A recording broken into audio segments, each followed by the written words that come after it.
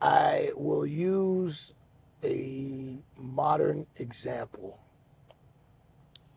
When I first came back to WWE, Sami Zayn was still wearing the like the military green Oh, garb, and he yep, was, yep. and I specifically remember Vince being adamant that nobody gets their hands on Sammy, because if you do it right, you look at like Jim Cornette back in, great example is a classic. Um, the longer that little shitheel can get away with the fuck shit, you want to see him get it. And the longer he can go without getting his, the more the anticipation builds. You can't bump the manager all the time. It has to be a build-up. Everything should be a build-up. Everything should culminate in a payoff. And it should be over the course of a feud where finally that manager gets his.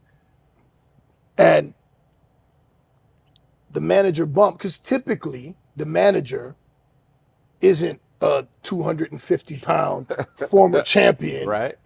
Usually the manager is a smaller, weaselly kind of dude.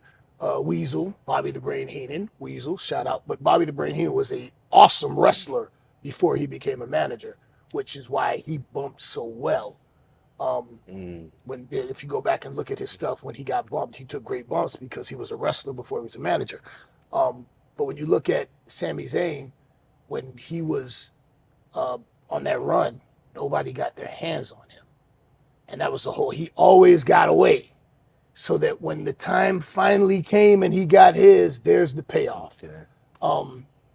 Jim Cornette, through the years, he's all kinds of shit.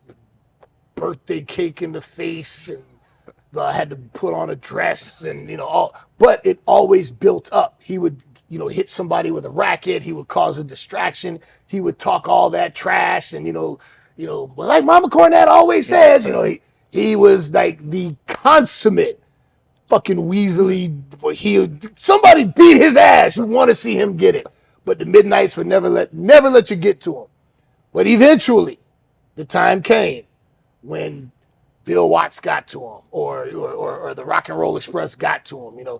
But you can't throw it away. You have to build it up over time, and it has to be a good payoff. And the key to that is the build up. Don't throw it away. In my case, it's a little different because I'm not a Weasley heel. I'm not that little pipsqueak manager. So it's a little different. And but it's weird though, right? Because sometimes you have a whole generation of people that don't know MVP the wrestler. And that's crazy to me. They only know MVP the manager. Right.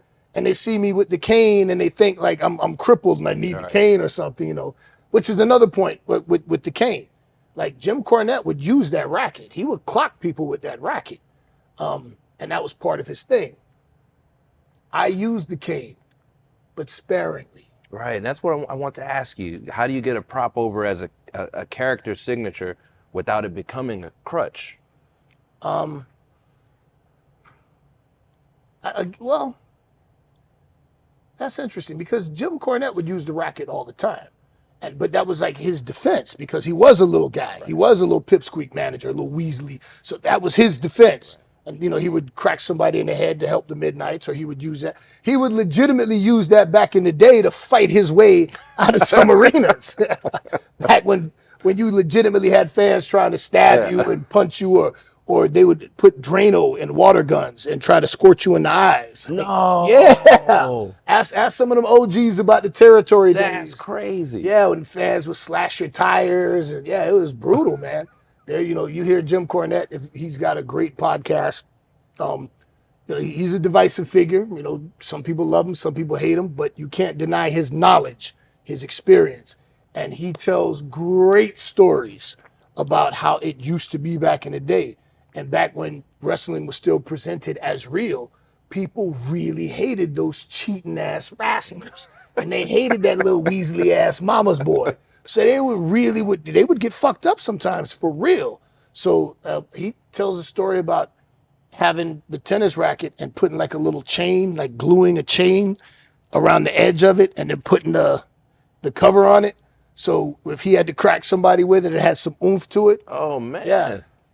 But it would never became a crutch. Okay. It became an accessory. Okay. And in my case, the cane, I haven't even really used it that much. You know, I'll use it sometimes giving somebody, you know, a little jab to the stomach, just being a dick. I think I hit Speedball Bailey with it one time across the back, which if I didn't like him, I would have broke the cane over his back. But, you know, leave it to the internet.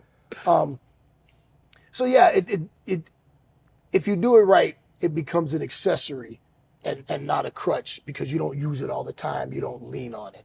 I guess that's the best way I can explain that. Did that make sense? Yes, sir. Was that clear? Yeah, yeah. Was that clear? You guys got that? I hope I did you some service on that. And if it wasn't clear or if it is clear, however you take it, leave a comment. Let us know you're watching. Like, comment, share, subscribe, all that, man. Yeah, ask questions in the comments and we'll get back to you on that.